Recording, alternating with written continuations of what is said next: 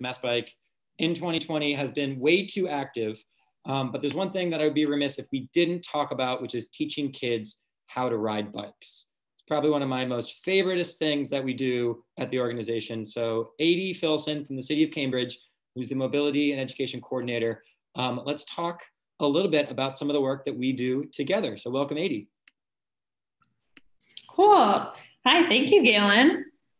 Yeah, let's see these slides. So yeah, my name is Adi Philson, and I am the mobility education coordinator with the city of Cambridge. And that's a funny title, I always think, but basically what it translates to is I am in charge of building out Cambridge's bike and pedestrian education programs. And so that's kind of a dream role in that I get to, think about how to get more people on bikes and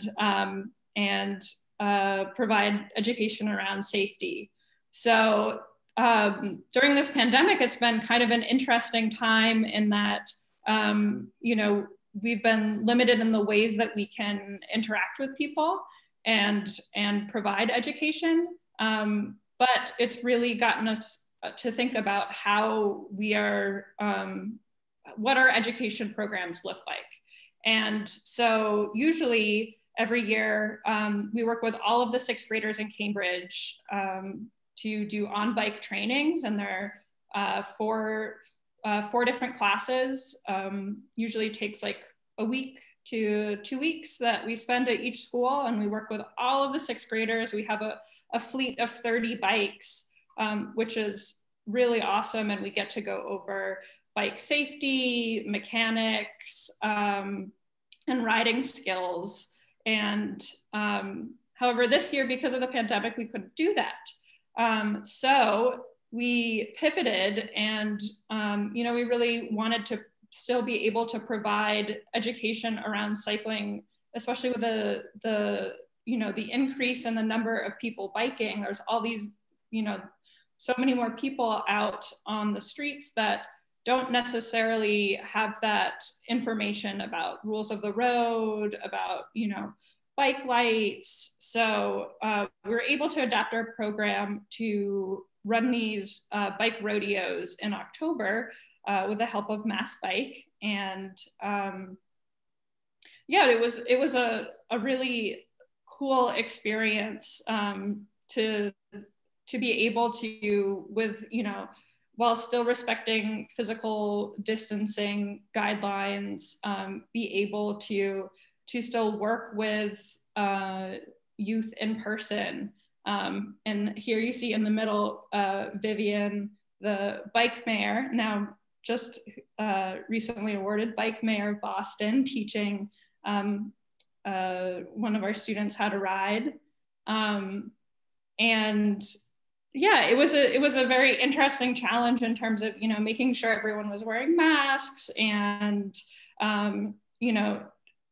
it can be a challenge, especially with children, to keep them 6 feet apart. But also when they're on bikes, it is much easier. It's kind of a, built-in tool for physical distancing. So, so that was really cool. And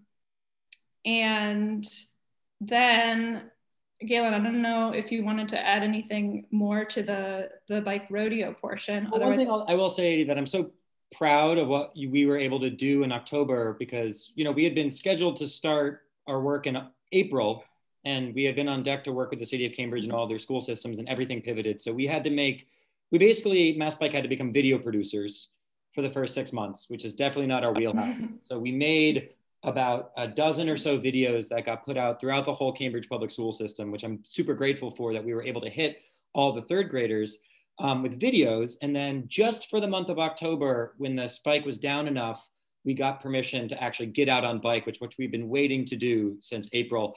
And half the kids, if not more, showed up to our bike rodeos having had watched the videos and already knew the ABCs, already knew their hand signals, already knew kind of the basics. So I'm really grateful that we were able to pivot really, kind of innovatively and build a whole depth of curriculum, which we never would have been able to do if we weren't forced to in the pandemic.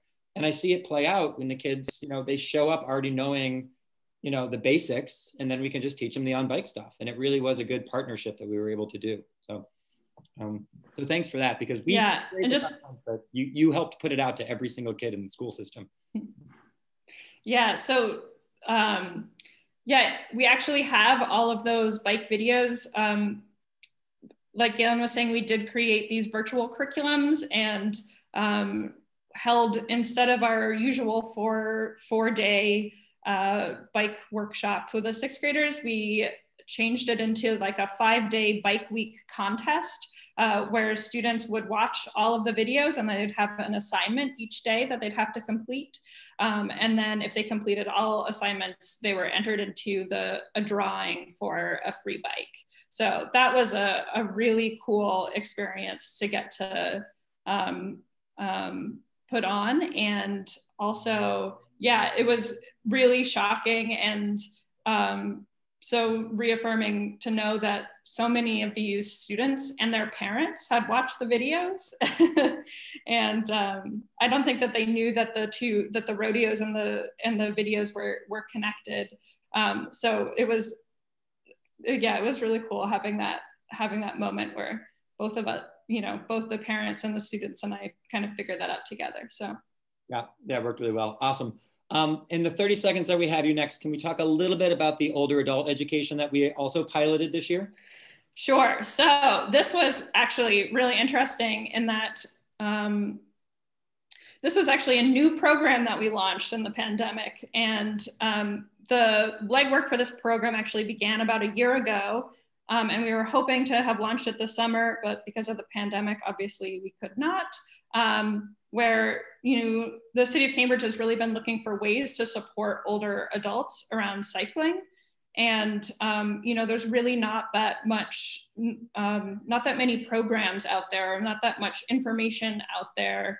And so when, we were looking for ways to try and take what the program that we built for the summer and adapt it to the virtual world. And so we came up with this 5-week program that MassBike co-hosted with us. And the goal of this program was to provide information for older adults around cycling, especially with like considerations for aging, but also to build a community and a culture, an older adult culture around cycling.